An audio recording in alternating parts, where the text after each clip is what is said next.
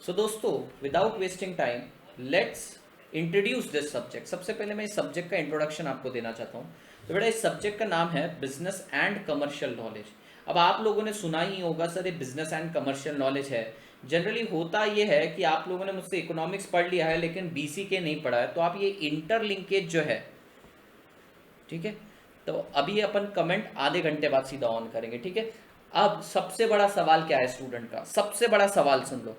Sir, हमने BC के अच्छे से नहीं पढ़ा, क्या आपका कोर्स देखने से फायदा हो जाएगा? एक ही वर्ड में आंसर दूंगा, यस। तभी मैं आया हूं, नहीं तो मेरी पर आर की वैल्यू होती है। For example, if I teach somewhere else, I get nearly 2500 और 3000 बक्स पर आवर। मेरा ये रेट के हिसाब से मैं पढ़ाता हूँ, ठीक है। वैसे डिस्क्लोज नहीं करना चाहिए, पर ठीक है, कोई बात नहीं। तो अगर मैं आपको यहाँ पे 3 घंटे पढ़ा रहा हूँ, that means I am devoting और I have an opportunity cost of 10,000।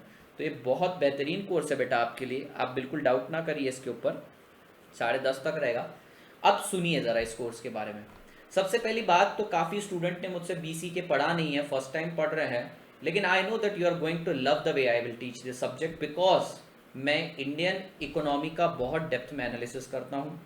आपने जब इकोनॉमिक्स देखा होगा तब मैंने वहाँ पे कई बार बीसीके का रेफरेंस देके छोड़ दिया कि चलिए जी बीसीके में पढ़ लेंगे, देख लेंगे वगैरह, पर अनफॉर्चुनेटली आप लोग बीसीके नहीं पढ़ पाए मुझसे। लेकिन कोई बात नहीं है भैया, अब कर लेंगे अपन। जी साहब, थैंक यू सो मच अभय। तो बिल्कुल टेंशन छोड़ दो, अगर मैं यहाँ पे हूँ और अपना एक अपॉर्चुनिटी कॉस्ट को कंसिडर करते हुए आपके पास आ रहा हूँ, तो मैं अपना बेस्ट से भी बेस्ट डिलीवर दूंगा। अगर मैं आपको बोल रहा हूँ मुझे 90+ चाहिए बेटा, अगर मुझे, मैं जानना चाहता हूँ कि अगर मुझे 90+ मार्क्स चाहिए आपसे, तो मैं उतनी मेहनत करूंगा।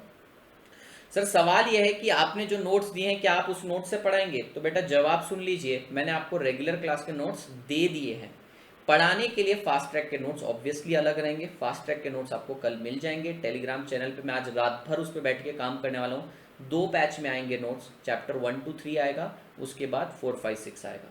रेगुलर क्लास के नोट्स मैंने आपको दे दिए हैं। तो सर, आज कौन से नोट से पढ़ना है? आज क्योंकि हमारा इंट्रोडक्शन है, इसलिए मैं चाहूँगा कि हम रेगुलर कोर्स के नोट्स के साथ ही आगे बढ़ें, और इसके बाद मैं आपको शिफ्ट ऑन करवा दूंगा कल से नए वाले नोट्स पे। सर, अगला क्वेश्चन, एग्जाम टाइम पे कौन से नोट्स रेफर करना है? एग्जाम टाइम पे जो मैं आपको फास्ट ट्रैक के नोट्स बना के दूंगा वही कवर करने हैं। सारी चीज़ें डिटेल में उसमें कवर रहेगी, एक्सप्लेनेशन पार्ट के लिए मैं हूँ। अगला सवाल, सर ये कितने घंटे चलने वाला है? तो बेटा इसका कोई प्रिस्क्राइब्ड आंसर मैं आपको नहीं दे सकता हूँ। आप ये समझिए, अगर आपकी एग्जाम कोई भी पर्टिकुलर डेट को, लेट से 17 तारीख को आपकी एग्जाम है, तो अगर एग्जाम के 1 घंटे पहले तक भी अगर आप परफेक्ट बन रहे हैं मेरे साथ, तो आपके लिए उतना सफिशियंट है। मैं आपको ये नहीं कह रहा कि मैं एग्जाम तक लेके जाने वाला हूँ। टेंटेटिवली हर एक चैप्टर को 3 लेक्चर लग जाएंगे, अच्छे से अच्छे करने में अपने को 3 लेक्चर, तो आप समझ लिए 17-18 दिन। और अपने इकोनॉमिक्स पहले हो गया तो वो वाला टाइम भी अपन डिवोट कर देंगे। तो आप समझिए कि अपन 15 तारीख तक, आप तो वैसे भी हाथ नहीं लगाने वाले इस सब्जेक्ट को घर पे। 15 तारीख तक तो वैसे भी आप घर पे सब्जेक्ट को हाथ नहीं लगाएंगे, मैं ही करवा के दूंगा। उसके बाद सर आप हमारे साथ छोड़ दोगे क्या? नहीं, उसके बाद अपन एमसीक्यूज वगैरह, टेस्ट सीरीज वगैरह सब स्टार्ट कर देंगे। एमसीक्यूज हो, टेस्ट सीरीज हो, कुछ भी हो, आपको मेरे Telegram channel C Aditya Sharma Foundation पे मिल जाएगा। यस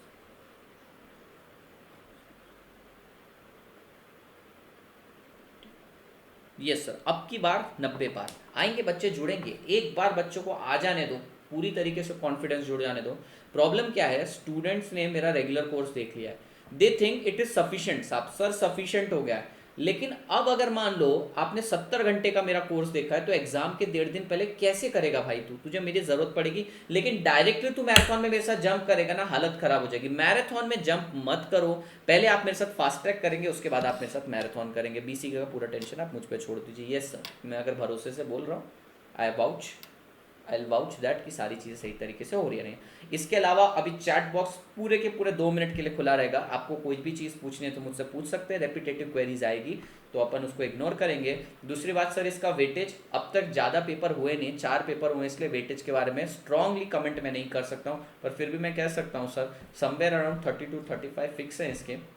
40 का आइडल वेटेज होना चाहिए, पर इकोनॉमिक्स ज़्यादा मार्क्स खा लेता है कई बार। बीसी का नोट्स अगेन मेरे चैनल पे अवेलेबल है। कोई भी चीज़ अगर अवेलेबल है तो वो मेरे चैनल पे अवेलेबल है, सीधी बात, टेलीग्राम चैनल पे सब अवेलेबल है, अगर कोई चीज़ है तो। सर पहले करण सर से किया था बेसिक, और बढ़िया आपने करके रखा है, सुन लिया है। मैं तो पूरा स्क्रैच से उठा रहा हूँ कॉन्सेप्ट, पर मेरा पढ़ाने का तरीका अलग है, सेम चीज़ अलग तरीके से पढ़ाऊंगा। आपने किसी से भी पढ़ रखा होगा, आप स्क्रैच से स्टार्ट करेंगे मेरे साथ। अरे मैं सब करवा दूंगा, तू बता, एक सिर्फ चैप्टर 3 के भरोसे तू 90 पार करना चाहता है क्या? सिर्फ एक चैप्टर के भरोसे 90 पार हो जाएंगे क्या? तेरे को सब सब्जेक्ट में, सब चैप्टर में प्रो होना पड़ेगा। और चार्ट दिखा दूंगा ना तुम्हें, माँ कसम मजा आ जाएगा ऐसे चार्ट बने। जी सर, इको बीसी के सब में नेगेटिव मार्किंग। 2 मिनट मैंने आप लोगों के लिए ओपन किया सर, मुझे आप पर पूरा भरोसा, थैंक यू। अरे कोई टफ नहीं है बेटा, अरे सब करवा दूंगा, मैं कर रहा हूँ, चैट बॉक्स करता हूँ बंद, स्टार्ट कीजिए प्लीज़। चलिए आज हम शुरुआत कर रहे हैं सब्जेक्ट की। सर बहुत ही बेस्ट, बेहतरीन सब्जेक्ट है सर, बेस्ट सब्जेक्ट है। अब आप बोलोगे हर टीचर यही बोलता है, अकाउंट्स को बेस्ट बोलता है, लॉ को बेस्ट बोलता है। मैं चैट बॉक्स डिसेबल कर रहा हूँ क्योंकि आपका ध्यान तभी लगता है जब चैट बॉक्स बंद होता है। ये चीज़ मैंने अब भी ऑब्जर्व कर ली। तो लीजिए, चैट बॉक्स हो गए बंद।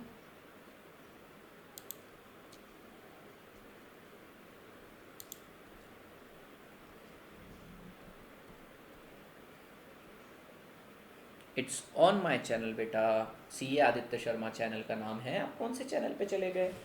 चलिए सर, ये सब्जेक्ट बहुत बेहतरीन है सर, ये सब्जेक्ट अद्भुत है। क्यों सर? क्योंकि सर मैं जिस कंट्री में रहता हूँ ये उसके बारे में बताएगा। सर नहीं समझ में आया, एक बार वापस से बताओ। मुझे एक बात बताओ, अज्यूम कर लेते इकोनॉमिक्स एक बार पूरा पढ़ चुके हैं। सर इकोनॉमिक्स में क्या बताया, कौन सी टाइप की इकोनॉमी है आपकी, कौन से टाइप की इकोनॉमी है, कौन सी प्रॉब्लम आती है, utility analysis, demand analysis, production analysis, cost analysis, revenue analysis, market and it's form, business cycle. Sir सब सिखा दिया। सर इतना नॉलेज लेने के बाद ना मैं बिजनेस में चला गया, मैंने अपने खोखा डाल लिया, खोखा डाल लिया ने छोटी दुकान डाल ली, पर सर मेरे पास तो कस्टमर आ नहीं रहे। सर एक आदमी घर पे बैठा है और रोज पार्सल डिस्पैच किए जा रहे हैं, सर रोज पार्सल डिस्पैच किए जा रहे हैं, उसने तो बिजनेस स्टार्ट भी नहीं किया, मुझे तो ऐसा लग रहा था, पर सर वो घर से बैठे बैठे सारे काम करे जा रहे हैं। तो सर कहीं ना कहीं मुझे बिजनेस के डायनामिक्स को समझना बहुत ज्यादा जरूरी है। ध्यान दीजिएगा दोस्तों, सर कहीं ना कहीं मुझे बिजनेस के डायनामिक्स को समझना पड़ेगा। ये जो एज ओल्ड थियरीज पढ़ते आए हो ना सर, इससे धंधा नहीं होगा। सर जरूरी है थियरी को समझना, पर अलोन ये थियरी आपकी मदद नहीं करेगी। सर बिजनेस को समझने के लिए, बिजनेस को करने के लिए आपको बिजनेस का, कॉमर्स का नॉलेज चाहिए रहेगा, यानी बिजनेस एंड कमर्शियल नॉलेज चाहिए रहेगा। तो सवाल यह है कि sir business and commercial knowledge क्या होता है? बिजनेस एंड कमर्शियल नॉलेज का मतलब होता है बेटा, बिजनेस करना है ना तो तेरे को जो जो नॉलेज लगेगा वो सब यहाँ पे प्रोवाइड किया जाएगा। सर उदाहरण दीजिए, एक छोटा सा उदाहरण दीजिए। सर एक छोटा सा एग्जाम्पल कुछ इस तरीके से लेते हैं। लेट से कल करके आपने एक फैक्ट्री डाल दी, ठीक है, फैक्ट्री डाल दी, उस फैक्ट्री में चलो गलती से एक आग लग गई और 10 करोड़ का सामान जल के खाक हो गया। मैंने फाउंडेशन की बुक्स उठाई, और बाप रे फाउंडेशन की बुक्स उठाऊं, और मेरे को इकोनॉमिक्स में बताया होगा सर ने आग लगने पर क्या करना चाहिए, आग लगने पर क्या करना चाहिए। पूरी इकोनॉमिक्स की बुक छान ली, लॉ भी देख लिया, अकाउंट्स भी देख लिया, मैथ्स तो देखा ही नहीं, पता था उसके अंदर ये चीजें नहीं रहेंगी। सर कोई भी थियरी ने आज तक ना हमको किस तरीके से बिजनेस करना है ये नहीं सिखाया। कोई थियरी आपको बिजनेस किस तरीके से करना है ये कभी नहीं सिखाएगी। बेटा लाइक ठोक दो, ठीक है, बहुत लोग हैं अभी, लाइक ठोक दो। तो कहने का तात्पर्य है सर ये कोई किताब में नहीं सिखाया जाएगा, ये आपको बिजनेस एंड कमर्शियल नॉलेज में सिखाया जाएगा कि धंधा करना है या क्लाइंट को तेको एडवाइस देनी है तो तेको इन चीजों का कम से कम नॉलेज तो होना चाहिए। सर आपको सिखाया जाएगा आपकी गवर्नमेंट ने इन्वेस्टर के प्रोटेक्शन के लिए क्या कर रखा है। सर इरडा यानी कि जो आपकी इंश्योरेंस पार्ट है वो किस तरीके से रेगुलेट कर रही है। सर स्टॉक मार्केट में पैसा डाल रखा है, सेबी किस तरीके से आपको रेगुलेट कर रही है, किस तरीके से आपकी मदद करेगी। सर ये सारी चीजें आपको इस सब्जेक्ट में बताया जाएगा। तो सर मैं जानना चाहता हूं कि मेरे सहायता करने वाले कौन कौन हैं। सर क्या इतना डीप में बताया जाएगा? यस गाइस, आपको इस सब्जेक्ट में सारी की सारी ऑर्गेनाइजेशन जो आपके बिजनेस को फैसिलिटेट करने वाली है वो बताया जाएगा। उसके बाद आपको सबसे पहले यह भी बताया जाएगा कि सर आप जॉब कर रहे हैं या फिर आप इंप्लॉयमेंट में हैं, यानी कि वही जॉब हो गया, या आप प्रोफेशनल हैं या फिर आप बिजनेस कर रहे हैं, तीनों में फर्क क्या है। सर ये फर्क जानना जरूरी है। हाँ आपको जानना जरूरी है। सर मेरे को जॉब नहीं करना, क्यों जॉब नहीं करना है? तुझे पता है क्या सैलरीड पर्सन मतलब क्या होता है, प्रोफेशनल मतलब क्या होता है और बिजनेस पर्सन मतलब क्या होता है? सर जब तक हमको ये कॉमर्स के वर्ड ही नहीं पता है हम रियल वर्ल्ड में कैसे स्टैंड करेंगे? सर कल करके आपको बोल दिया आप चार्टर्ड अकाउंटेंट बन गए, मस्त टाई वाई लगा कर गए क्लाइंट के पास और क्लाइंट बोल रहा है भाई मेरा आर्बिट्राज का काम कर दे, तुम बोल रहे हैं आर्बिट्राज तो सुना ही नहीं मैंने। तो भैया आपको ये सारी चीजों का नॉलेज होना जरूरी है या नहीं? सर होना जरूरी है। सर इसके अलावा कुछ प्रैक्टिकल एग्जांपल्स भी दे दिए गए हैं आपको कंपनी के की सक्सेस बिजनेस ऑर्गेनाइजेशन के फॉर्म में। अब होता यह है कि स्टूडेंट को हर बार ऐसा लगता है इंस्टीट्यूट हमारा बर्डन क्यों बढ़ा रही है। 200 मार्क्स की सीपीटी थी सर, हमने क्या पाप किया, 400 मार्क्स का फाउंडेशन कर लिया। बेटा इंस्टीट्यूट तुमको इतना कंपिटेंट बना रही है, जो एक टाइम पे सीपीटी वाला स्टूडेंट नहीं था, मैं खुद साइंस बैकग्राउंड का होने के बाद 172 मार्क्स स्कोर कर लिया। मुझे एक बात बताओ, कहीं ना कहीं तो जय माता दी मैंने भी तो किया होगा साहब, उसके बाद सारा इंटर और फाइनल के अंदर बहुत मेहनत करी, वो बात अलग है, लेकिन सर जय माता दी भी तो था। तो सर इकोनॉमी में कोई कचरा चार्टर्ड अकाउंटेंट ना आ जाए, एक professional qualified chartered accountant top qualified professional chartered accountant में कैसे कन्वर्ट करता है, ये इस सब्जेक्ट में बताया गया है। हमें आदत है सर सब्जेक्ट के अंदर ना कुछ नुक्स निकालने के लिए, पर मैं आपको कह सकता हूं ये बेस्ट में से बेस्ट सब्जेक्ट है। क्या करना है सर आपको इस सब्जेक्ट के बारे में सिर्फ समझना है। सर और कुछ ज्ञान मिलने वाला है कि सब्जेक्ट से बहुत बेटा बहुत ज्ञान मिलने वाला है, क्योंकि इसके अंदर एक मस्त चैप्टर है कॉमन बिजनेस टर्मिनोलॉजीज, वो चैप्टर मॉर्निंग में लेंगे अपन और मैं आपको लाइव ट्रेडिंग करके दिखाऊंगा। साहब ऐसा अद्भुत नजारा आपको किसी क्लास में देखने को नहीं मिला होगा जब किसी टीचर ने कॉमन बिजनेस टर्मिनोलॉजीज के अंदर मार्केट के चैप्टर के अंदर मार्केट में ट्रेडिंग करके दिखाया हो आपको। सर मैं आपको बैंकिंग के चैप्टर के अंदर जब बैंकिंग की टर्मिनोलॉजीज पढ़ेंगे, अपना बैंक अकाउंट भी ओपन करके दिखाऊंगा जो बंद हो चुका है, क्योंकि मैं आपको अपना बैलेंस नहीं दिखा सकता। सर कहने का तात्पर्य यह है कि सर जितने भी सब्जेक्ट्स हैं, जितने भी थियरीज हैं, सब थियोरेटिकल नॉलेज आपको दे रहे हैं, पर यही सब्जेक्ट है जो आपको प्रैक्टिकल इंसाइट से जोड़ेगा। साफ मार्क्स को 2 मिनट तेल लेने जाने दो, लेकिन ये चैप्टर आपको डिटेल में बताएगा कि रियल वर्ल्ड में क्या क्या चल रहा है। कल करके बोल दिया आपको क्लाइंट ने भैया मुझे हेज मैनेजर की जरूरत है, तुम बोलोगे साला हेज तो सुना ही नहीं हमने। तो आपको ये सारी चीजें पता होनी चाहिए। अब कई बार जब स्टूडेंट इंटर में जाता है ना, वो एक चीज कहता है कि सर इंटर में जाने के बाद बोलता है अरे यार इतना ऑलरेडी बर्डन हो गया, काश फाउंडेशन तो इतना इजी था, काश फाउंडेशन में ये चीज डाल देते। तो इंस्टीट्यूट ने वही किया है और सबसे बेहतरीन पार्ट है एमसीक्यू पार्ट में डाल दिया, आपको कुछ भी इन्होंने तकलीफ नहीं दी। तो ये सब्जेक्ट आसान है, बेहतरीन है, मस्त है, मैं आपसे करवा लूंगा। और साहब एक बार नोट्स की तरफ नजर मारिए, सर नोट्स की तरफ नजर मारिए, ब्लू कलर के वर्ड आपको एमसीक्यू में आएंगे। सर एक एक चीज डिटेल में समझाइए विद जहाँ पर एग्जाम्पल्स बैठ सकते हैं फोटोज के साथ। सर उसके बाद हर एक चीज को कलर कोडिंग दी गई है, आपके लिए बेस्ट तरीके से बनाया गया है। क्यों बता रहे हो सर, आप ये फर्स्ट टाइम आप लोगों के सामने आए हो sir, Hindu undivided family, sir partnership, LLP, sir सब कुछ डिटेल में पढ़ेंगे। ये चैप्टर आज हम डिटेल में पढ़ने वाले हैं, कल से इसी को फास्ट ट्रैक पे शिफ्ट कर देंगे और आपके पास रेफरेंस के लिए, क्रॉस रेफरेंस के लिए मेरे मेन नोट्स हमेशा अवेलेबल रहेंगे मेरे टेलीग्राम चैनल पे।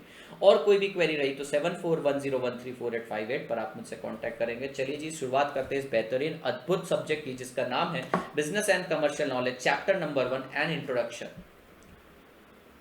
सर मैं आज सुबह उठा, मैंने उठते से सबसे पहले अपना फ़ोन चेक किया, सर जिसको मैसेज करने थे उनको मैसेज कर दिए, मतलब स्टूडेंट्स वगैरह को रिप्लाई कर दिया। आप समझ ही रहे होंगे, आप मुझे गलत नहीं समझ रहे होंगे, मैं मानता हूँ। तो सर जिसको मैसेजेस वगैरह करने थे, उठा, ब्रश वश किया, रेडी हुआ, मम्मी ने आज मस्त उत्तप्पा बनाया तो उत्तप्पा खाया। उसके बाद एक स्टूडेंट का बुक डिस्पैच करने जाना था, मेरा स्टाफ छुट्टी पर है काफ़ी दिनों से, तो मैं बुक डिस्पैच करने गया। सर मैं आपको क्रोनोलॉजी समझा रहा हूँ इस दिन भर में मैं क्या किया। फिर सर मैं थोड़ा आराम किया, फिर सर एक बैच थी मेरी कॉस्टिंग की बैच ली। सर उसके बाद एक स्टूडेंट का कॉल आ गया, उससे बात करी। उसके बाद एक दोस्त का कॉल आ गया, अब ज़्यादा डिटेल में मत पूछना कौन दोस्त। तो सर दोस्त का कॉल आ गया, उससे बात करी। उसके बाद फिर आपकी क्लास लेना चालू किया। इन बिटवीन एक 5 मिनट का लेक्चर लिया मैंने इंटर वाले स्टूडेंट्स के लिए और फिर आपके सामने हाजिर हूँ। सर मैं सुबह से लेकर शाम तक कुछ ना कुछ एक्टिविटीज़ में ऑक्यूपाइड था। कुछ इसमें से पर्सनल एक्टिविटीज़ थी, कुछ इसके अंदर प्रोफेशनल एक्टिविटीज़ थी। प्रोफेशनल वर्ड क्योंकि सर मैं एक चार्टर्ड अकाउंटेंट हूँ, मैं एक प्रोफेशनल, इसलिए प्रोफेशनल वर्ड यूज़ कर रहा हूँ। तो सर दिन भर में रोज़मर्रा की ज़िंदगी में हम कुछ ना कुछ वर्क से रिलेटेड और कुछ ना कुछ लाइफ से रिलेटेड काम करते हैं। तो सर ये वर्क और लाइफ के अंदर लाइफ वाले पार्ट को छोड़ दो सर, सिर्फ वर्क वाले पार्ट को अगर कंसीडर करूँ तो ये है scope business and commercial knowledge का। सर मैं बुक डिस्पैच करने गया, आपको ये पढ़ाया, एक कॉस्टिंग का लेक्चर लिया, स्टूडेंट से 5 मिनट बात करी, उसके बाद दोस्त से बात करी, वो बात नहीं बोल रहा मैं, स्टूडेंट से 5 मिनट बात करी और आपका लेक्चर ले रहा हूँ सर, ये सारी की सारी चीजें मेरा दायरा है। तो अगर कोई पूछता है कि what is business and commercial knowledge, business and commercial knowledge means human being is engage in work and life, daily वो कुछ सोशल एक्टिविटीज भी करता है, डेली वो कुछ कमर्शियल एक्टिविटी भी करता है। तो बिजनेस कमर्शियल नॉलेज के अंदर सिर्फ और सिर्फ फोकस रहेगा हमारा कमर्शियल पार्ट के ऊपर, वर्क रिलेटेड पार्ट पे, बिजनेस लाइफ सॉरी अपना लाइफ और लीजर प्लेजर के ऊपर हमारा कोई ध्यान नहीं रहेगा। I hope it is very clear to you guys. Now let's read this out. Human engage themselves alternatively, sir मतलब काम आराम दोनों चीजें चलती है। Human engage themselves alternatively between work and life, we work to earn income, daily we engage in numerous transactions and exchange our income for buying various goods and services. We also live in family and engage in social activity. Yes sir, sir मेरी एक छोटी बच्चों मेरी एक भांजी है छोटी सी, आप लोगों ने देखा होगा उसको, नहीं तो मैं कल लेकर आऊंगा उसे। लाइक कम है बेटा अभी भी, कोई बात नहीं, तुम लोग मतलबी हो रहे, स्वार्थी हो रहे हो, और शेयर करो चारों तरफ। तो मेरी एक भांजी है छोटी सी, मैं उसको लेकर आऊंगा कल, ठीक है।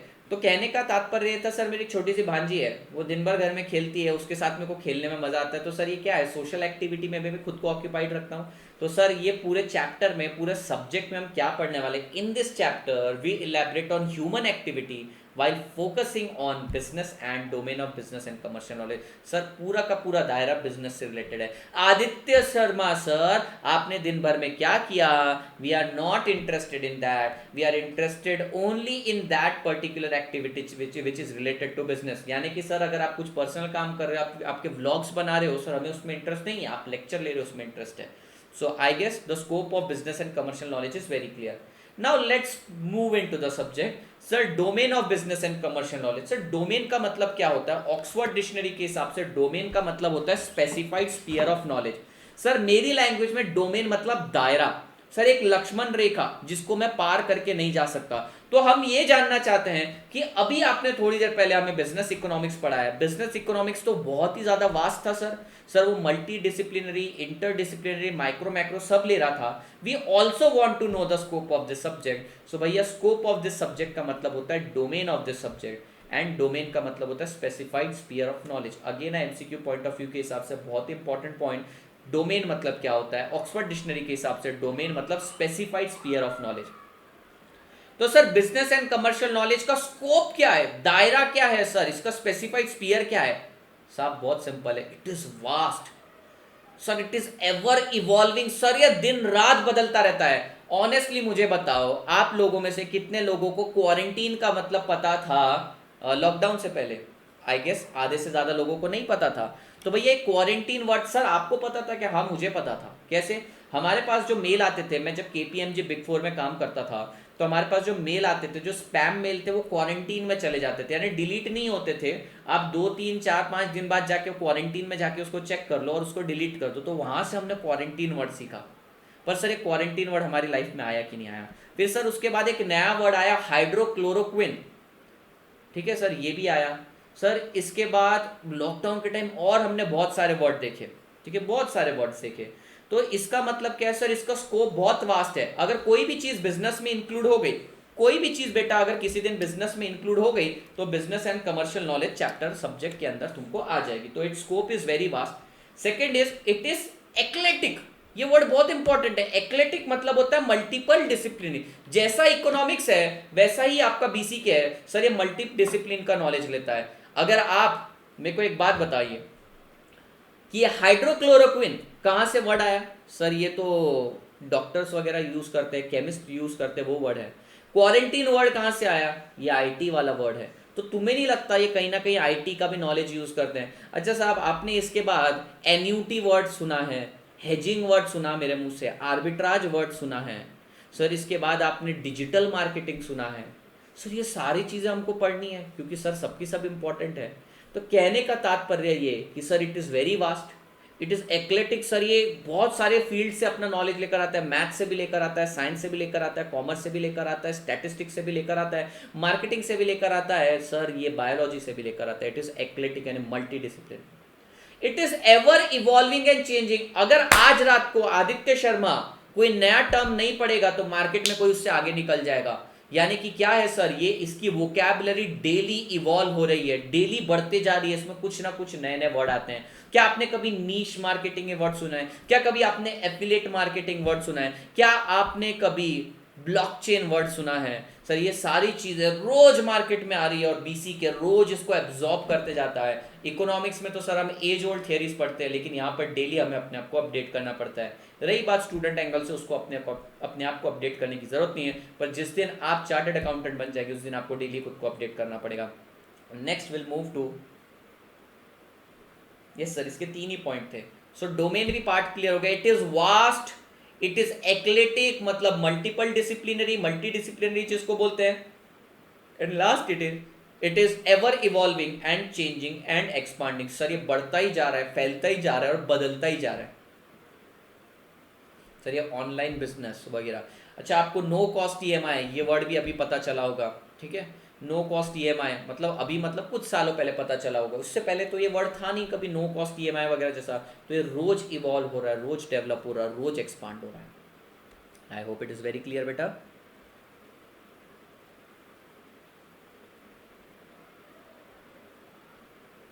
You have to be patient guys, थोड़ा सा पेशेंस रखिए। आप लोग मुझको मशीन समझ रहे हैं कि सर ने अभी एक लेक्चर लिया 9:15 तक, 9:25 तक इंटर वालों का लिया 10 मिनट, 9:30 को सर आ गए, इतने टाइम में सर ने नोट्स भी अपलोड कर देने चाहिए थे। So you have to be little patience, नहीं तो फिर मैं इग्नोर करना चालू कर दूंगा आप लोगों की क्वेरीज। आपको थोड़ा सा पेशेंस रखना पड़ेगा। मैं पढ़ा रहा हूँ तो नोट्स देना मुझे पता है, मेरी जिम्मेदारी है, पर बेटा आप इतने ही इम्पेशेंट बनेंगे ना तो या तो फिर मैं लेक्चर नहीं लूँगा, आपको नोट्स ही भेजता रहूँगा। नोट्स से आप पास नहीं होने वाले, ये जो मैं बोल रहा हूँ ना इससे पास होगे, ठीक है। हजारों स्टूडेंट पास करवा चुका हूँ। चलिए आगे बढ़ते हैं। सर अभी डोमेन के कुछ एग्जाम्पल दे रखे हैं from fast track point of view. It is least important but I am going to read it. Sir domain मतलब क्या हो गया वापस, a specified sphere of knowledge, एक आपका दायरा। सर तो ये दायरा कैसे, इट इज वास्ट, ये दायरा रोज बढ़ते ही जा रहा है, and sir it is eclectic. Sir कुछ बताइए हमको, डोमेन्स बताइए। अगर एक्टिविटी के बेसिस पे डोमेन बताऊं तो मैन्युफैक्चरिंग इज अ डोमेन। अगर मैं पूरी ऑर्गेनाइजेशन की बात करूं तो बेटा मैन्युफैक्चरिंग एक दायरा है, manufacturing is a department, manufacturing is a domain. उसी तरीके से trading is also a domain, commerce is also a domain, service is also a domain. So this part is not important for you, they have just given some example कि भैया क्या मतलब क्या होता है। आइए सर स्केल की बात करते हैं। स्केल, स्केल यानी आपका दायरा कैसा हो सकता है सर, माइक्रो हो सकता है, स्मॉल हो सकता है, मीडियम हो सकता है सर, मैक्रो हो सकता है सर, लार्ज हो सकता है। तो स्केल के बेसिस पर मेरा डोमेन यानी मेरा स्पेसिफाइड स्पीयर ऑफ नॉलेज कितना हो सकता है, माइक्रो नॉलेज हो सकता है, मैक्रो नॉलेज हो सकता है, लार्ज नॉलेज हो सकता है, मीडियम नॉलेज हो सकता है। जियोग्राफिकल लेवल पे आपका दायरा कितना हो सकता है सर, मैं एक छोटा सा दुकान लेकर बैठा हूँ, लोकल है, हो सकता है सर रीजनल लेवल पे, हो सकता है सर नेशनल लेवल पे मेरा डोमेन है। अंबानी साहब की बात करें तो इंटरनेशनल लेवल पे भी उनका डोमेन है। मेरे जैसे बंदे की बात करें नेशनल लेवल पे डोमेन है। किसी फेस टू फेस क्लास वाले का लोकल लेवल पे डोमेन है। सर ओनरशिप का डोमेन कैसे हो सकता है स्टेट ओन्ड हो, पब्लिक ओन्ड हो, प्राइवेट एंटरप्रेन्योर हो, कुछ भी हो सकता है सर। मार्केट, मार्केट में इन्होंने लिखा है resource market, equipment market, commodity market, capital market, labour market and product market, ये टाइप्स ऑफ मार्केट होते हैं sir. This are not that monopoly, monopolistic competition, ये वो बात नहीं कर रहे सर, ये कुछ और बात कर रहे हैं। क्या बात कर रहे हैं सर, मार्केट यानी रिसोर्स मार्केट हो सकता है जहाँ पे आपको नेचुरल रिसोर्स मिलते हो सकता है सर इक्विपमेंट मार्केट यानी टूल्स मार्केट हो सकता है। एक एग्जांपल देता हूँ, अगर कोई पूना विजिट किया हो बेटा, कोई अगर पूना विजिट किया हो तो पूना के अंदर में एक जूना बाज़ार करके एरिया है। जूना बाज़ार भी एक टाइप का मार्केट है जहाँ पर क्या होता है थर्सडे और संडे को ना वो रोड के ऊपर लोग मस्त सस्ते में सामान लगाते हैं, ठीक है, काफ़ी सस्ते में सामान रहता है। वहाँ पे आपको इक्विपमेंट टूल्स वगैरह भी मिलते हैं, हैंड टूल्स, कुल्हाड़ी, ये वो सब मिलता है, सब मिलता है वहाँ पे, कपड़े से लेकर, लेकिन एकदम चीप क्वालिटी का रहता है। तो स्टूडेंट के अंदर, जो पूना के अंदर स्टूडेंट्स आते हैं जनरली, वो एक ना एक बार विजिट ज़रूर करते हैं वहाँ पे। आइए नेक्स्ट है कमोडिटी मार्केट यानी ग्रेन्स का मार्केट हो गया सर। उसके बाद फूड स्टफ्स का मार्केट हो गया। कैपिटल मार्केट यानी आपका ये फाइनेंशियल मार्केट की बात कर रहे हैं। लेबर मार्केट यानी ह्यूमंस का मार्केट सर, ह्यूमन ट्रैफिकिंग की बात नहीं कर रहे हैं, ये आपको बता रहे हैं अवेलेबिलिटी ऑफ रिसोर्सेज, ह्यूमन की बात कर रहे हैं। प्रोडक्ट मार्केट जहाँ पे वस्तुएं बिकती है। सर उसी तरीके से स्टेक होल्डर के अंदर, stakeholder is wider concept than shareholder. Stakeholder के अंदर कौन कौन आता है? स्टेक होल्डर के अंदर एंटरप्रेन्योर आता है, बिजनेसमैन आता है, प्रमोटर आता है, डेटर्स आते हैं, क्रेडिटर्स आते हैं, एम्प्लॉयज आते हैं, गवर्नमेंट आती है, जनरल पब्लिक आती है, एम्प्लॉय आते हैं, सब आते हैं। सर फंक्शंस के बेस पे भी इन्होंने डिवाइड किया, operation, marketing, accounting, taxation, human resources. Focus बोल रखा है company wide, particular business, particular function. Concern बोल रखा है survival, growth, profitability, sustainability, social responsibility, governance. Mode बोल रखा है कि भैया आप बिजनेस कैसे कर सकते हैं, traditional model, physical model, bricks and mortar. Bricks and mortar भी एक फिजिकल ट्रेडिशनल मॉडल ही होता था, जहाँ पर बेसिकली लेबर आपका कंस्ट्रक्शन से रिलेटेड काम करके दे रहा है। इन स्टोर यानी दुकान पे आ रहा है कस्टमर, डिजिटल यानी online, underlining discipline. So from MCQ point of view, this is least important. Nothing is going to be asked from this particular part. I hope it is very clear. चलिए अब शुरुआत करते हैं actual subject की। Sir tell us the importance of this subject from chartered accountants point of view. So first of all I want to know from you all, sir chartered accountant होता क्या है, आपकी नज़र में क्या है सर चार्टर्ड अकाउंटेंट? मैं जानना चाहता हूँ। आप अभी बोलेंगे सर आपने कमेंट ऑफ कर रखे, हम कैसे बताएं, पर ज़रा खुद ही सोचिए सर एक चार्टर्ड अकाउंटेंट होता क्या है। सर क्या है चार्टर्ड अकाउंटेंट? मतलब एक अकाउंटेंट होता है जो किसी कमरे में बैठकर किसी कोने में कंपनी की अकाउंटिंग कर रहा रहता है? नहीं sir, chartered accountant is considered as custodian of nations resources and wealth. Sir chartered accountant को मोदी जी खुद मानते हैं कि सबसे पावरफुल पर्सन है। सर उसकी साइन पे भरोसा किया जाता है। सर क्यों? क्योंकि उसको एक कस्टोडियन माना जाता है सर, उसको एक रक्षक माना जाता है, असली पहरेदार माना जाता है इकोनॉमी का। और आप लोगों को लगता है कि सर ये अकाउंट्स, ये लॉ, ये मैथ्स, ये इकोनॉमिक्स है चार्टर्ड अकाउंटेंसी कोर्स? नहीं है sir, chartered accountancy is basically not a course but it is an approach. Sir आप किस तरीके से इकोनॉमी को देख रहे हो, किस तरीके से इकोनॉमी को आगे ले जाएंगे, इस चीज के बारे में डिस्कशन होता है। ये है आपका चार्टर्ड अकाउंटेंसी कोर्स। तो भैया बीसी के क्यों इंपॉर्टेंट है चार्टर्ड अकाउंटेंट के लिए? कल करके आप क्लाइंट के पास गए और क्लाइंट आपको बोलता है साहब मेरी इन्वेंट्री स्लो मूविंग है और वो कुछ टाइम बाद ऑब्सोलीट हो जाएगी। आप बोलोगे साला ये इन्वेंट्री तो समझ नहीं रहा, फिर ये ऑब्सोलीट और स्लो मूविंग समझ नहीं रहा, और ये बोल रहा है कि इसकी प्रोविजन बना दो, कुछ नहीं झेपेगा। अरे ऐसे कस्टोडियन बनना है तुम्हें, ऐसे रक्षक, ऐसे ट्रस्टी बनना है? नहीं साहब। तो आपसे माना जाता है, आपको माना जाता है कि आप लोग नेशन के कस्टोडियन हैं, नेशन के रिसोर्सेज के कस्टोडियन हैं, रक्षक हैं सर। तो आपको सारी चीज़ें पता होना चाहिए। कल करके आप एक बैंक में गए बैंक ऑडिट के लिए, आपको पता है बैंक ऑडिट में क्या होता है? सर बैंक ऑडिट सबसे जन्नत वाली जगह रहती है। वहाँ आप जाते हैं, आपकी जो खातिरदारी होती है, जो खाने को मंगवाते हो वो आपको खाने के लिए ला कर देते हैं उनके पैसे पे भाई। नाश्ते के ले जाते हैं, चाय लेकर आते हैं, एसी में बिठाते हैं, मस्त जिंदगी। आर्टिकलशिप के टाइम पे मिले तो बैंक ऑडिट मिले, ठीक है। तो भैया आप बैंक ऑडिट के लिए गए, बैंक ऑडिट में गए, आपने उसको बोला कि भैया अपना रजिस्टर लेकर आ, तो वो बोला साहब हमारे पास रजिस्टर ही नहीं है। और आप चले गए घर पे, बोला यार रजिस्टर ही नहीं, मैं चेकिंग क्या करेगा? तो भैया आपको कंप्यूटराइज इन्वायरमेंट के बारे में भी तो नॉलेज होना चाहिए, कंप्यूटराइज इन्वायरमेंट के बारे में पता होना चाहिए। अब सर कंप्यूटराइज इन्वायरमेंट के लिए आपको बहुत सारी कैट के बारे में पता होना चाहिए, कंप्यूटर असिस्टेड ऑडिट टेक्निक। तो ये सारी चीज़ें आपको पता होगी तभी तो आप कस्टोडियन बन पाएंगे, नहीं तो कैसे कस्टोडियन बनेंगे सर? गार्डियन ऑफ गैलेक्सी वाले स्टार लॉर्ड जैसे आप चले जाएंगे सर, आपको गार्डियन माना जाएगा गैलेक्सी का और आप स्टार लॉर्ड की तरफ भाग जाएंगे। सर कहने का तात्पर्य क्या है? एक चार्टर्ड अकाउंटेंट को माना जाता है कि हर स्पीयर का नॉलेज हो, और ये सारे स्पीयर का नॉलेज प्रोवाइड करने के लिए इकलौता सब्जेक्ट है आपके लिए business and commercial knowledge.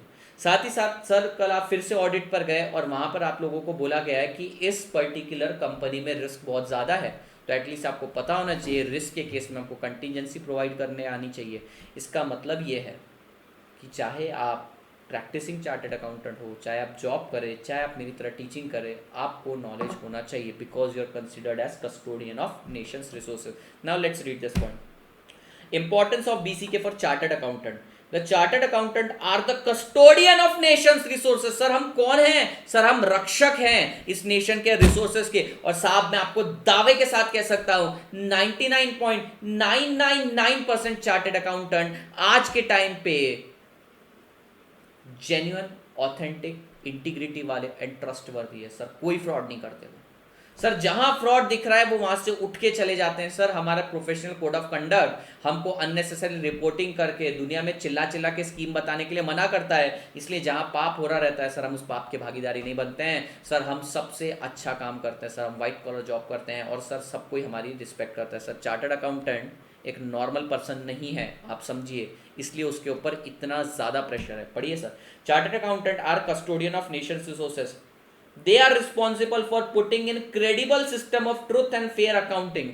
Sir आप ही को ट्रूथ एंड फेयर अकाउंटिंग लिखनी पड़ेगी सर। अगर आपने कल करके गलत प्रॉफिट को वाउच कर दिया, कल करके आपने गलत प्रॉफिट को सर्टिफाई कर दिया, तो उस कंपनी के शेयर के प्राइस बढ़ जाएंगे, हजारों इन्वेस्टर उसमें अपना पैसा लगाएंगे, लेकिन जिस दिन फ्रॉड सामने आएगा सब करोड़ों लोगों का पैसा डूबेगा, हाई लगेगी, बद्दुआ भी लगेगी, लेकिन सर फाइनेंशियल लॉस भी होगा। तो आपके ऊपर जिम्मेदारी है credible accounting and fair system रखने की। In this concept, BCK is likely to make them more aware and responsive। तो सवाल ये था BCK क्यों? जवाब ये है BCK आपको अवेयर बनाता है सर, ये आपको अवेयर बनाता है। एक क्वेश्चन बनेगा जरूर इस पे। आइए sir, every business has its own peculiarity and associated variation in notation of product, inventory, profit and revenue model। साहब आपने ओला का नाम सुना है, आपने उबर का नाम सुना है। ओला उबर सुपर लॉस में, सुपर लॉस। हार्ली डेविसन सुना है? हार्ली डेविसन इंडिया में अपना बोरिया बिस्तर बांध के निकल गया सर। ऐसे तो ओला उबर फ्लिपकार्ट सबको ही लॉस में, पर ये कंपनी के पीछे लोग दीवाने हैं, करोड़ों अरबों लगाने के लिए रेडी हैं सर। क्यों ऐसा सर? उनका revenue model.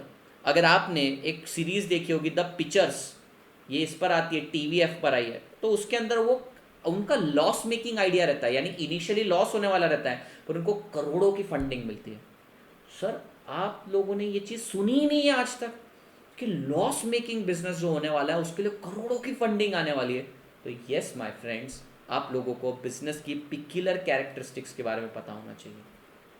Let's move at peculiar phase. In addition to the certain common laws that also businesses are subject to, each business is subject to host of specific laws specific to it।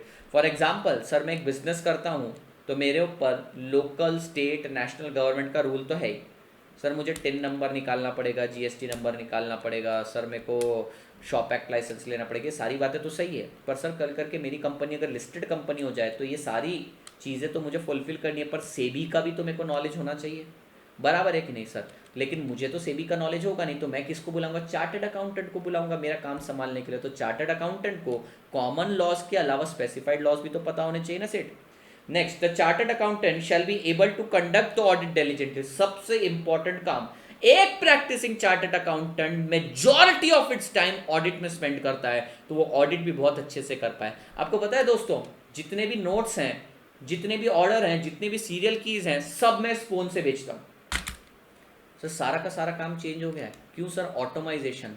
तो उसी तरीके से कल करके chartered accountant को एक automatic field के अंदर जाना है सर। सिस्टम के अंदर डेटा घूम रहा है, वो डेटा सही है या नहीं पता करने के लिए, ऑडिट डिलिजेंटली कैरी करते आने के लिए उसके सारे टर्म्स पता होने चाहिए सर। चलिए आइए सर आगे बढ़ते हैं। मैं आपको 2 मिनट का टाइम दूंगा क्वेरीज पूछने के लिए, एंड में पूछिएगा क्वेरीज। भाई आप दिल खोल के लाइक नहीं ठोकते हैं, वैसे उससे फ़र्क पड़ता नहीं है, पर ऐसा लगता है कितने लोग एंगेज्ड हैं, उससे एंगेजमेंट समझ में आती है मुझे लोगों की, और कुछ नहीं है। चलिए सर, एक बहुत बेहतरीन सवाल आ रहा है सर। कोई भी चीज़, कोई भी कार्य, आप सुबह से लेकर रात तक आपने जो जो काम किए, उसमें से इकोनॉमिक पार्ट क्या है, नॉन इकोनॉमिक पार्ट क्या है, फटाफट बताइए। तो सबसे पहले आप मुझे, मैं कमेंट ऑन कर रहा हूँ बेटा, मैं कमेंट ऑन कर रहा हूँ क्योंकि अब मुझे आपसे आंसर चाहिए, ठीक है? और फालतूगिरी हुई तो फिर से अपन कमेंट बंद कर देंगे सर। अपने हाथ में ही घर की खेती है।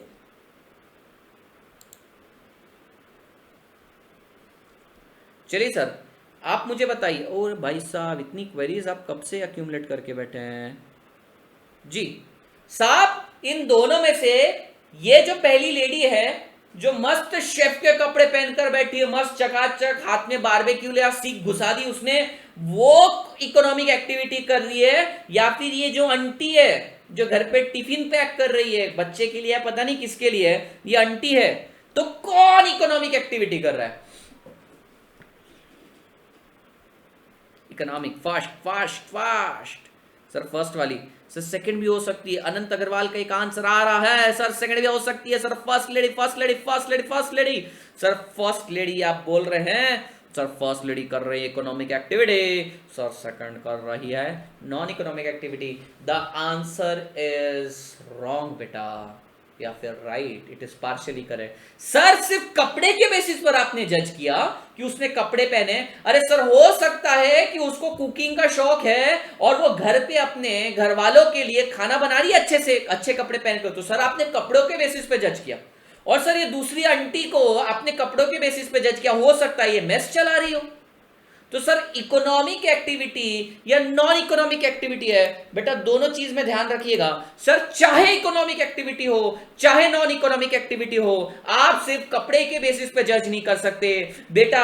ये वाले पहले केस में इसको भी सामग्री लग रही थी, दूसरे केस में इसको भी सामग्री लग रही थी, यानी चाहे इकोनॉमिक एक्टिविटी हो चाहे नॉन इकोनॉमिक एक्टिविटी हो, दोनों केस में रिसोर्सेस भी लग रहे हैं। तो सर सवाल यह है इकोनॉमिक नॉन इकोनॉमिक कैसे आइडेंटिफाई करें? सर बहुत सिंपल सी चीज है, अगर आप कोई भी एक्टिविटी समथिंग इन रिटर्न की एक्सपेक्टेशन से कर रहे हैं, सर कोई भी एक्टिविटी अगर आप समथिंग इन रिटर्न की एक्सपेक्टेशन में कर रहे हैं इकोनॉमिक पन में। साहब मैं वो बुक देने गया था ना, तो उसके पीछे मेरा इंटेंशन क्या था? सर इंटेंशन था कि स्टूडेंट ने पेन ड्राइव खरीदी, अब उसके पैसे चाहिए। साहब सेम बुक अगर मैं मेरे दोस्त को देकर आता हूं तो नॉन इकोनॉमिक एक्टिविटी बन जाती है। तो सर बुक्स उस केस में भी उतने रुपए की गई, दूसरे केस में भी उतने की गई। सर रिसोर्सेस यानी मेरा टाइम भी उतना गया, पर इकोनॉमिक या नॉन इकोनॉमिक एक्टिविटी को डिस्टिंग्विश करने के लिए एक ही पिक्युलर कैरेक्टरिस्टिक है, और वो सर है मोटिव। मोटी नहीं, मोटिव। सर मोटिव का मतलब क्या है? इंटेंशन। अगर आप समथिंग इन रिटर्न के एक्सपेक्टेशन में कर रहे हैं तो भैया इकोनॉमिक एक्टिविटी है, और अगर आप नेचुरल लव एंड अफेक्शन के चलते हुए कर रहे हैं तो बेटा it is non economic activity. तो सिंगल हैंडेडली अगर आपको कोई क्वेश्चन पूछा जाता है बेटा ये इकोनॉमिक है या नॉन इकोनॉमिक है, तो भैया उसमें जज मत करना कपड़ों से, रिसोर्सेज से भी जज मत करना। भैया दोनों केस में तुम्हें फूड स्टफ रॉ मटेरियल लग रहा है, तो सर चाहे इकोनॉमिक एक्टिविटी हो चाहे नॉन इकोनॉमिक एक्टिविटी हो, रिसोर्सेस यानी टाइम, ह्यूमन, रॉ मटेरियल सब सेम लगता है, पर सर इंटेंशन मैटर करता है। सर इंटेंशन ही मैटर करता है, intention defines the person you are. बात समझ में आई बेटा? Sir intention single handedly determines the kind of person you are. Sir मुझे एक बात बताओ, एक सिंपल सी चीज बोलता हूं। आपका एक दोस्त है, सर आपने उसको स्लैप किया, अब इंटेंशन क्या है डिपेंड करता है। अगर आपने उसको गुस्से से मारा तो भैया झगड़े हो जाएंगे, पर वो सुधर जाए इसलिए आपने मारा, उसके भले के लिए मारा, इंटेंशन बदल गए, सर वो एक्सेप्ट कर लेगा आपका स्लैप भी। समझ में आ रहा है? Intention matter. चलिए पढ़ते हैं। All that we do to earn a living comprises economic activity. Sir अगर अपन कुछ भी अपना जीवन निर्वाह करने के लिए, यानी कि सर कुछ कमाने के लिए अगर हम करते हैं, तो सर अपना पेट पालने के लिए करने वाली activity economic activity. Rest are referred as non economic activity. Sir मैं जगराते में जाता हूं, जय माता दी करता हूं, सर मेरे को इसके पैसे नहीं मिलते, नॉन इकोनॉमिक एक्टिविटी। सर ये तो सोशल एक्टिविटी है। पर सर वो जो सिंगर गाना गा रहा है ना, जय माता दी बोलो जय माता दी, उसको पैसे मिल रहे हैं, सेम काम, सर उसका इंटेंशन प्रॉफिट है, मेरा इंटेंशन सोशल है। Economic non economic. Economic activity are said to be driven by rationality, that is what do I get in return or what is in it for me। Sir मेरे लिए क्या है और मुझको क्या मिलेगा। सर ये बन गया इकोनॉमिक। और नॉन इकोनॉमिक का मतलब क्या होता है? सर ये pure sentiments, patriotism, enthusiasm, natural love and affection के कारण की जाने वाली चीज है। सर सवाल ये आता है कि सर ये जो आप काम कर रहे हैं ये इकोनॉमिक एक्टिविटी है नॉन इकोनॉमिक एक्टिविटी है? ये मिक्स है बेटा। जिस तरीके से हमारे जो सोल्जर्स हैं वो सर्विस प्रोवाइड कर रहे हैं बॉर्डर पे, बेटा इकोनॉमिक या नॉन इकोनॉमिक एक्टिविटी, इनको पैसा तो मिल रहा है, पर सर वो natural love and affection, patriotism के कारण भी काम कर रहे हैं। तो सर कुछ ऐसे केस हैं जहां पे आप प्योरली इकोनॉमिक और नॉन इकोनॉमिक नहीं कर सकते। ऐसे केस का डिस्कशन हमारे स्कोप के बाहर है। हमें इकोनॉमिक मतलब भैया बिजनेस वाला पर्सन, और नाम में ही लिख दिया उन्होंने business and commercial knowledge. I hope it is very clear to you guys.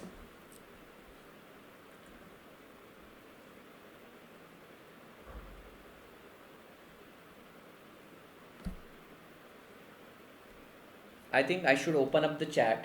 बच्चे थोड़ा सा चैट मांग रहे हैं, मैं ध्यान नहीं दे पाऊंगा, है ना बेटा? आप कर रहे हैं, आप कर सकते हैं, बाकी लोग हैंडल कर सकते हैं इधर उधर की क्वेरी। थोड़ी देर के लिए चैट ओपन है, आप पूछ सकते हैं मुझसे।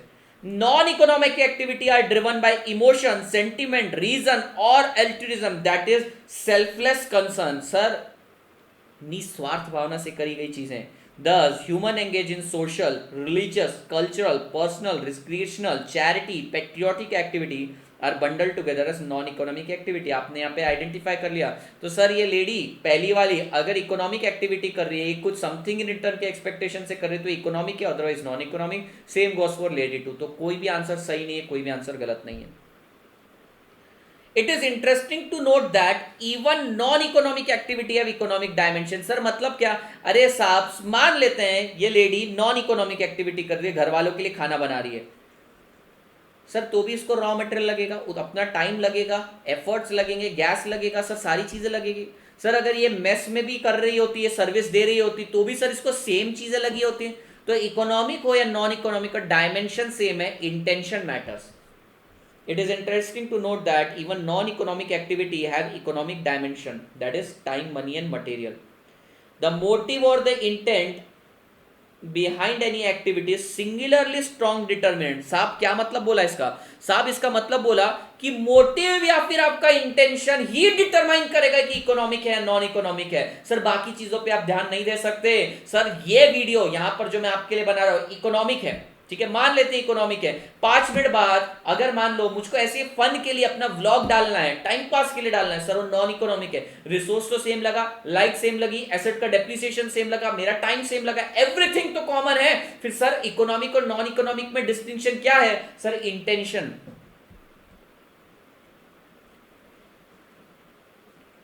हाँ जी फैजान थैंक यू।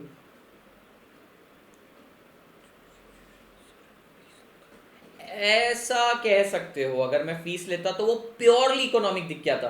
पर बेटा तुम्हें नहीं लगता ये जो एक्टिविटी मैं कर रहा हूँ इसके अंदर भी थोड़ा सा इकोनॉमिक मोटिव है? मतलब इतनी भी तारीफ मत करो। आप जाके कल करके इंटर में किसके पास आने वाले? बेटा मेरे पास ही आने वाले हैं। तो आज नहीं है पर something I will get in return ना, फ्यूचर में तो आप मेरे पास आने ही वाले ना। तो इसको प्योरली नॉन इकोनॉमिक भी तो नहीं कह सकते सर। सर इसको इकोनॉमिक भी तो कहेंगे ना। एल्ट्रिज्म मतलब सेल्फनेस, सर निस्वार्थ भावना से करी गई चीज है।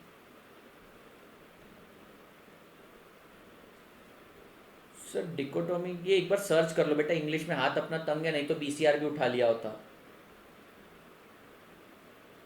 पार्शली है मतलब राइट। सर आपका इंटेंशन तो है, अभी तो सेल्फलेस निस्वार्थ भावना से करता हूँ। पर सर मल्टी डिसिप्लिनरी एक ही बात है, मल्टी डिसिप्लिनरी बहुत सारे डिसिप्लिन और इंटर डिसिप्लिनरी मतलब 2-3 चीजें एक साथ यूज करना, वही है। मतलब खुद का छोड़ के 2-4 चीजों का भी ज्ञान लेना।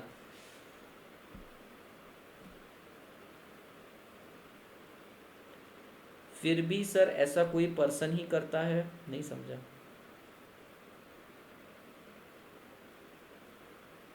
हाँ देखो कल करके मैं मेरा चैनल मोनेटाइज कर दूंगा, उसके पीछे रीजन अर्निंग नहीं है। मैं आपको रीजन बताऊँ क्या? हाँ बहुत अच्छी चीज़ पूछी प्रतीक सिंह ने। प्रतीक सिंह ने पूछा सर आपका चैनल कल करके मोनेटाइज करवा देंगे हम, बराबर है। तो सर ये इकोनॉमिक ऑब्जेक्टिव हो गया? नहीं।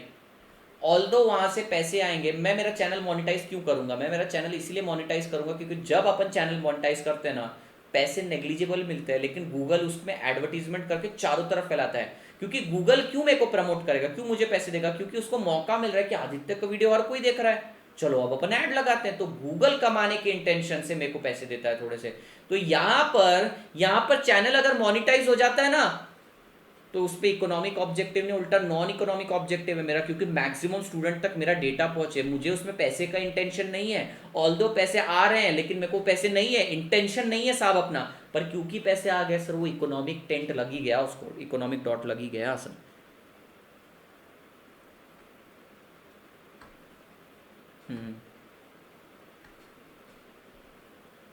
जी सर।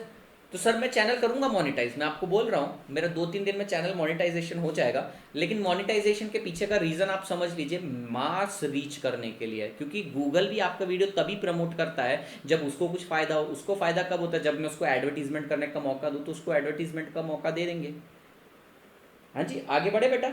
चलिए सर थोड़े से ना डिस्टिंग्विशिंग कैरेक्टरिस्टिक्स पढ़ते हैं। अभी मैं चैट करता हूँ बंद, है ना, मैं वापस ऑन कर दूंगा, आप टेंशन ना लो।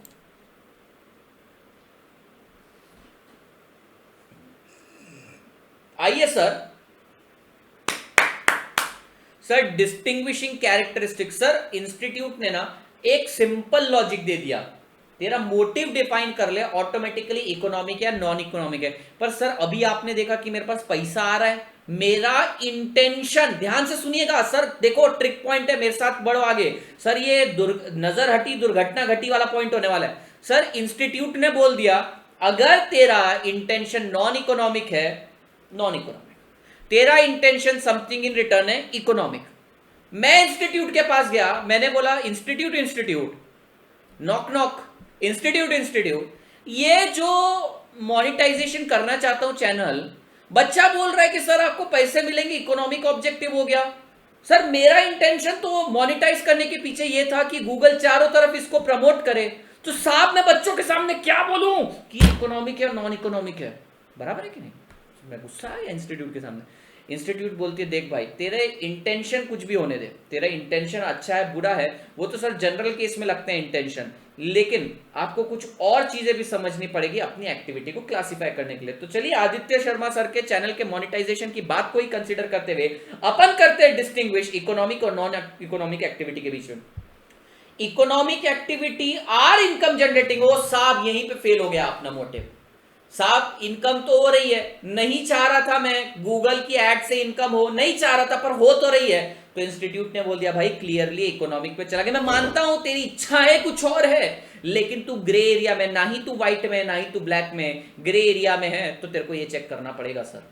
पढ़िए सर, अगर इकोनॉमिक एक्टिविटी है तो जनरली इनकम जनरेटिंग रहती है, ध्यान गौर फरमाना sir, economic activity are income generating. It is not necessary that all this income may be earned in the form of money, they may be earned in kind too। Sir जरूरी नहीं कि सारा का सारा पैसा मुझे पैसों में ही मिले, सारा का सारा इनकम।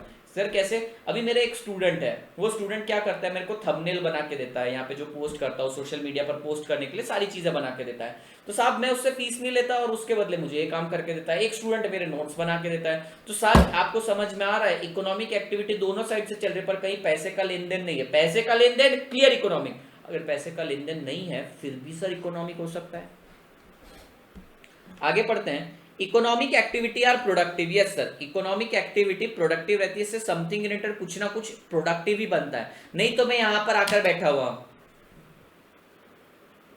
बस ऐसे ही बैठा हूं, अरे भाई तुम बताओ आओगे क्या मेरे पास? ऑब्वियसली नहीं आओगे सर, जब तक कुछ प्रोडक्टिव नहीं है तब तक कुछ इकोनॉमिक नहीं है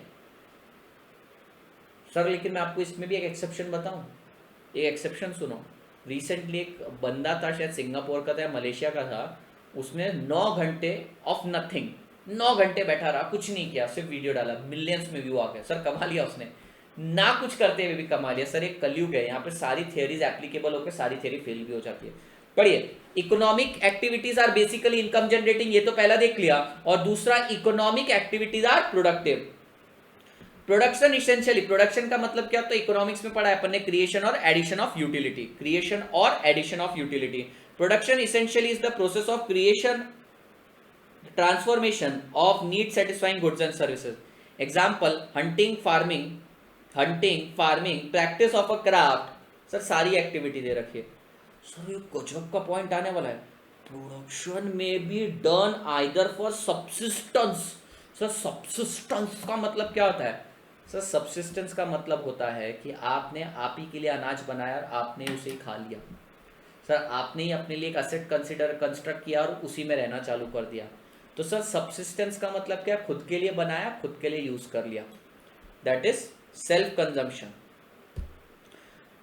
और दूसरा फॉर मार्केट, प्रोडक्शन दोनों के लिए हो सकता है, सब्सिस्टेंस यानी खुद के लिए भी हो सकता है और मार्केट के लिए भी हो सकता है। Production represent the supply side of economy. सही है सर। सर प्रोडक्शन होगा तभी तो सप्लाई होगा। तो एक बार समराइज करते सारे पॉइंट को। मैं इंस्टीट्यूट के पास गया, मैंने बोला और बताओ, तो बोले प्रोडक्शन, जो प्रोडक्शन है ना वो इकोनॉमिक एक्टिविटी रहती है, तो उसके अंदर क्या होता है? जनरली इनकम जनरेटिंग रहता है। मैंने बोला ओके, पहला पॉइंट समझा आपका, इनकम जनरेटिंग। फिर वो बोलते हैं प्रोडक्टिव है। मैंने बोला प्रोडक्टिव मतलब बताओ, तो बोलता है प्रोडक्शन हो रहा है मतलब कुछ ना कुछ यूटिलिटी क्रिएट हो रही है। अच्छा, मैंने बोला अगर मैं मेरे लिए सब्जियां उगा रहा हूं और वही खा रहा हूं तो क्या ये प्रोडक्शन है? तो बोलते हैं हाँ ये प्रोडक्शन है। मैंने बोला ओके। मैं ये मार्केट में बेच रहा हूं तो क्या ये प्रोडक्शन है? बोलते हैं हाँ ये प्रोडक्शन है। तीसरा, उन्होंने बोला production is supply side. Sir अभी गजब का पॉइंट आने वाला है, आधा बच्चा यहीं पे ट्रिक आउट होने वाला है। Sir consumption is also economic activity.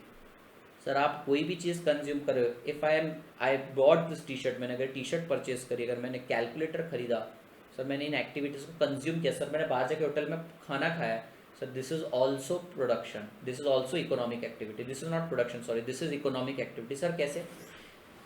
Consumption represent the demand side. जिस तरीके से प्रोडक्शन सप्लाई था, सर एक सिक्के के दो पहलू, सर एक है सप्लाई साइड, एक है डिमांड साइड।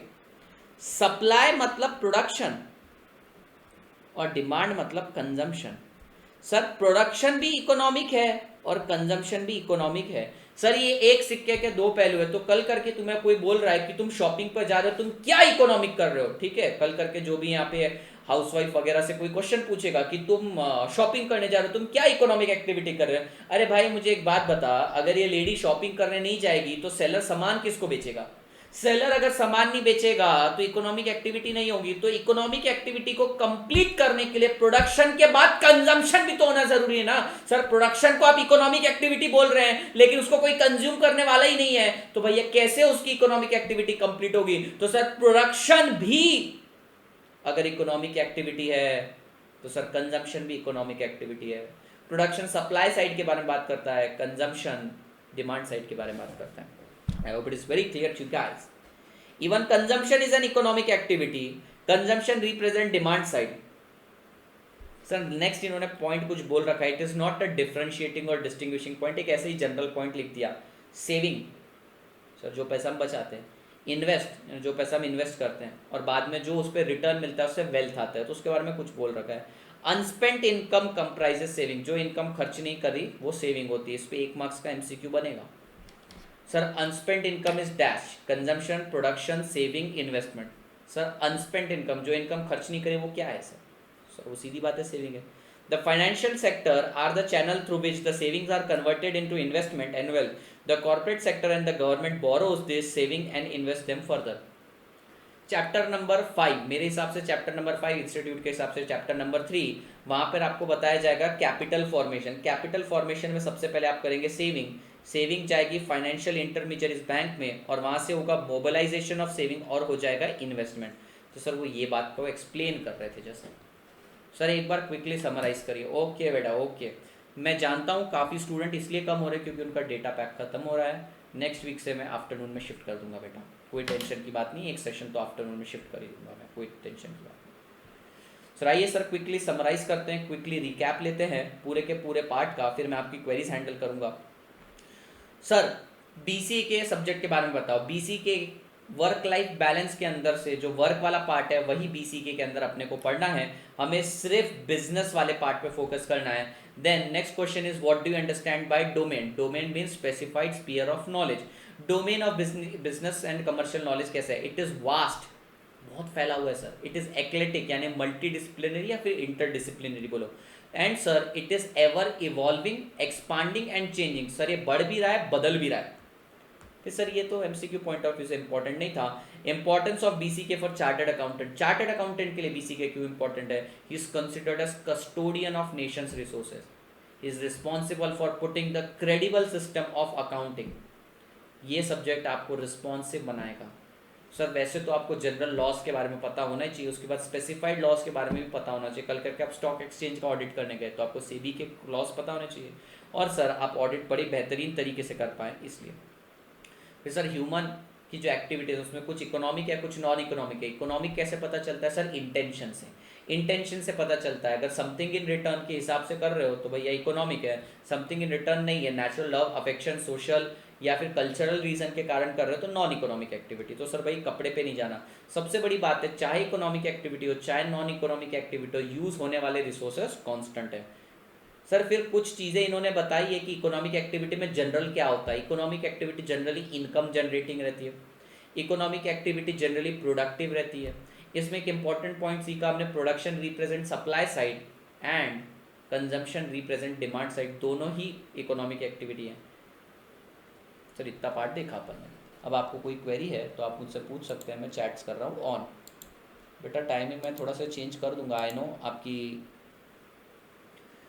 डेटा पैक ख़त्म हो जाता है। Let's see. चलिए, जिसका रिकॉर्डिंग पर्पस से था उसकी मैं रिकॉर्डिंग स्टॉप करता हूँ। दोस्तों रिकॉर्डिंग में स्टॉप करता हूँ और अभी मैं आप लोगों को क्वेरीज लेता हूँ, ठीक है।